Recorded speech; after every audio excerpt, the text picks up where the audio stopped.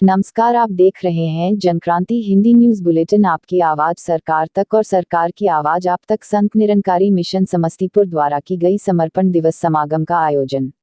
जनक्रांति कार्यालय रिपोर्ट। परमार्थ से युक्त होकर जीवन जीने से इस एक शाश्वत परमात्मा की जानकारी कर इसके एहसास में अपने जीवन के सारे कार्यों को करना है ताकि हमसे कोई गलती नहीं हो, तभी तो हमारा जीना मुबारक है।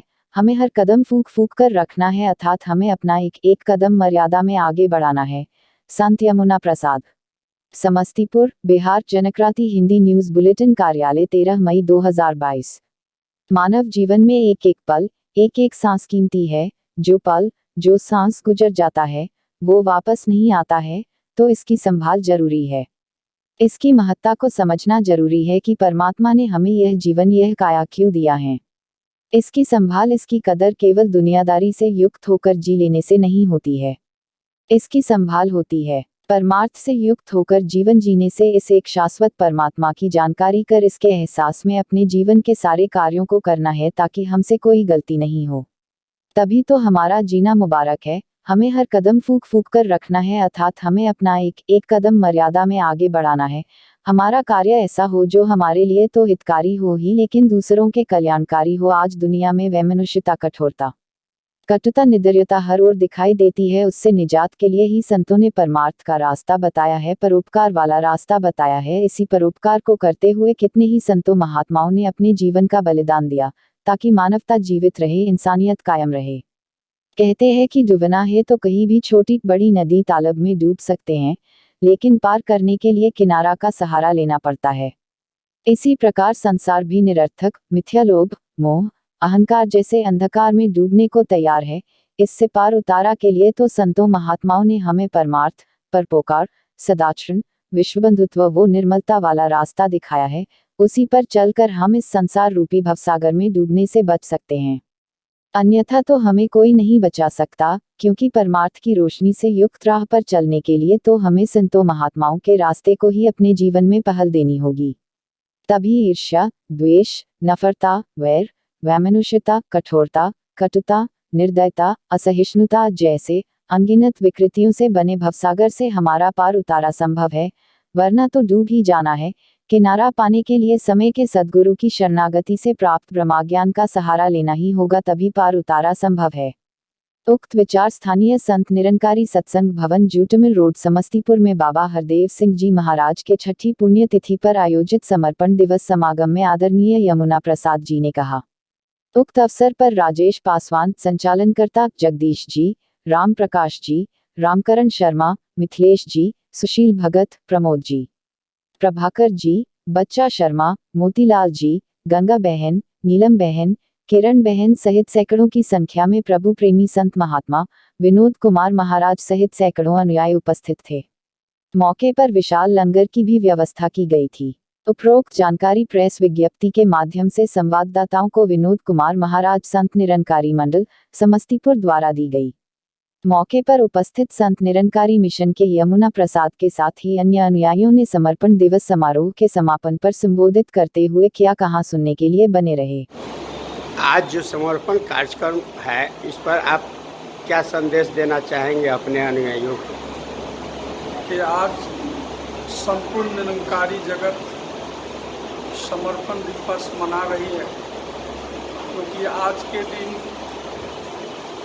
सत्संग जी सतगुरु बाबा हरदेव सिंह जी महाराज ने शरीर का परित्याग किया था। और सत्संग जी उन्होंने जो संसार के लिए, संसार में भाईचारे के लिए, प्रेम के लिए, मिलवर्तन के लिए सत्संग जी संपूर्ण मानवता प्यार लाने के लिए किस तरह संसार में हर भाषा भाषी रहते हुए, हर खान पान के रहते हुए, नाना प्रकार के भिन्नताओं के रहते हुए भी किस तरह मनुष्य के से प्रेम कर सके, मिलवर्तन कर सके, ये भावना उन्होंने जीवन पर जन्म दिया। वो आज के दिन हम सभी यही प्रण लेते हैं, ये प्रेरणा लेते हैं सदगुरु से कि हम सदगुरु की जो शिक्षा है उसको अपने जीवन में अपना सके और इसको साकार कर सके, तभी संसार का भला हो सकता है। आपका शुभ नाम? मेरा नाम यमुना प्रसाद।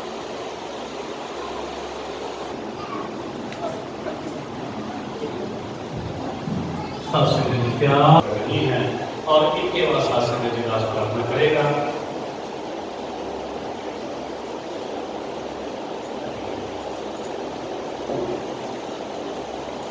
आदरणीय तारनी बाबू ये महाकवि चेतन रहेंगे। उस पर आप क्या संदेश अपने जन अनुयायियों को देना चाहेंगे?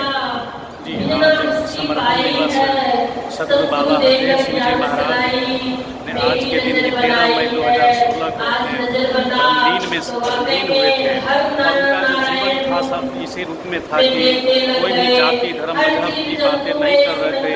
एक शासनत मानवता पर इंसानियत पर उन्होंने बल दिया और वो कहते थे कि इस गुरु की पैगंबरों ने ये जो रिचुअल्स होते हैं, धर्म होते हैं, उसको मिटाने के लिए जाति धर्म के लिए अपनी कुर्बानियाँ दी, लेकिन हम उनकी जयंती में शामिल होते हैं और उसी चीज़ को, उसी पारंपरिक रिचुअल्स को ही बढ़ावा देते हैं। तो उसको उन्होंने ऐसा कहा कि हम उनके वचनों को अपनाएं, न कि उनको सिर्फ पूजें और उनकी बातों को न माने। तो ऐसा नहीं, बल्कि हम उनके वचनों पर 100% अपनाकर अपने जीवन को सफल बनाए। ये उनका ध्येय था निरंकारी बाबा हरदेव सिंह जी महाराज। आपका नाम?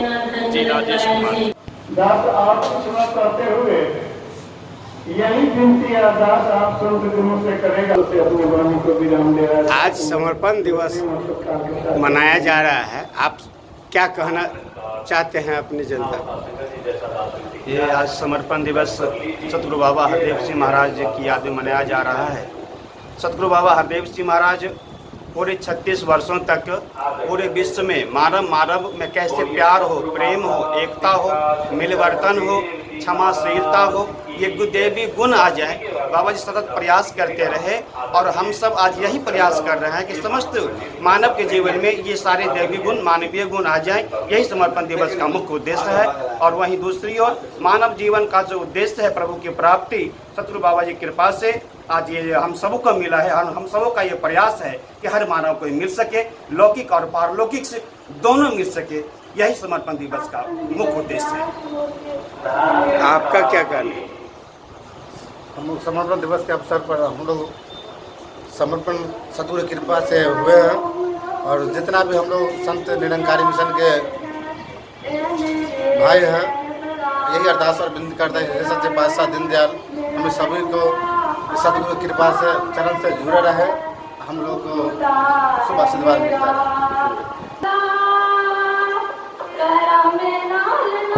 जनक्रांति प्रधान कार्यालय से प्रकाशक संपादक राजेश कुमार वर्मा द्वारा कार्यालय रिपोर्ट प्रकाशित व प्रसारित।